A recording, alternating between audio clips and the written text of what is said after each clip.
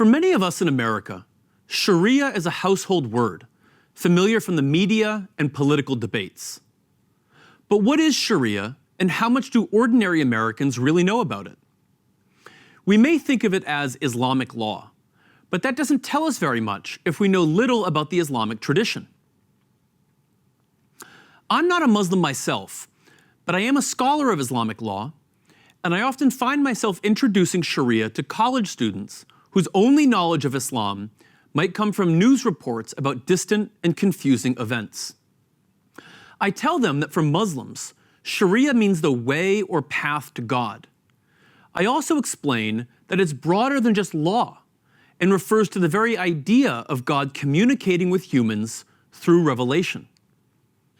This is why for Muslims, the Sharia includes God's messages to previous prophets, from Noah to Abraham, Moses, and Jesus. This shouldn't be a surprise. Muslims see God's revelation to Muhammad as a continuation and completion of the message revealed to the earlier Jewish and Christian prophets. But while the Sharia is not just law, it is law. It contains rules of behavior. But Muslim legal scholars of the past describe the Sharia not so much as a codified rule book like our tax code, nor as merely a set of higher principles like the idea of natural law, but as the ongoing search for God's prescriptions for human action. Like the Mosaic Law, the Sharia is the discovery of the rules that will allow believers to obey God. Muslims understand that these rules of Sharia reflect broader purposes and values. Scholars and theologians have traditionally said that the entire Sharia is designed to protect human welfare, which they define through 6 core universal interests: life, religion, reason, wealth, family, and honor. For example, the Sharia prohibits the consumption of alcohol, but scholars don't just say that this is because God has forbidden it, but also because it is God's will that humans protect and preserve their reason or intellect, which is necessary for making correct moral decisions. The Sharia also prohibits sexual relations outside of marriage.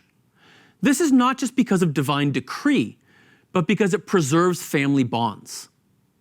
At the same time, the Sharia prohibits false accusations of sexual immorality. This protects human dignity and honor, which are necessary for living a good life.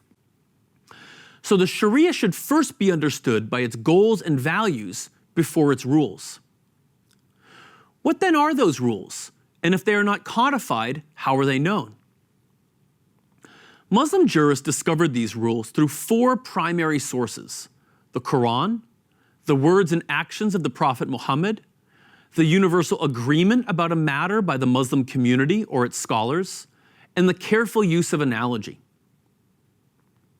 Law usually refers to the public sphere, but most of the Sharia's rulings are about private spiritual practice, such as prayer, fasting, charity, and so on.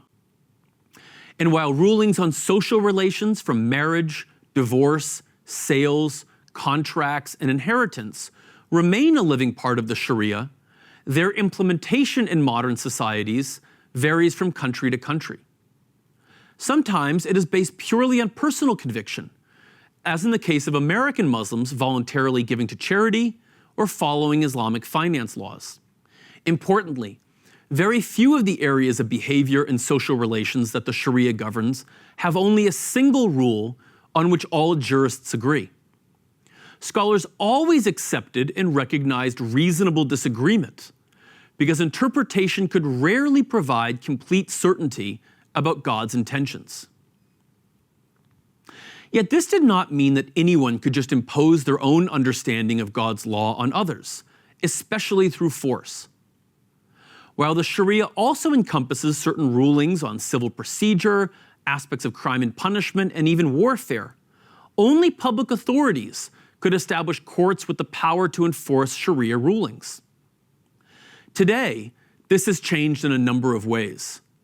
In nations where Muslims are minorities, such as the United States, Muslim scholars emphasize that the Sharia makes it obligatory for Muslims to follow the secular laws of the lands where they live.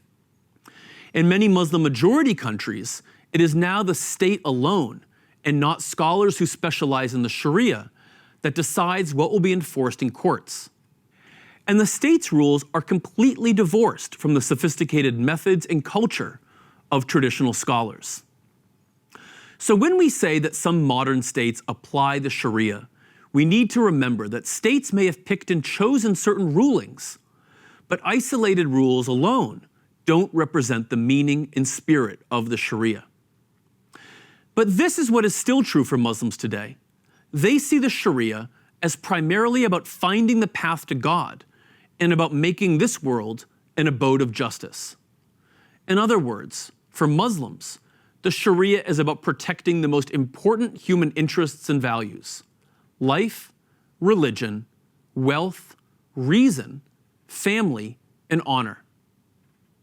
I'm Andrew March for the Emir-Stein Center.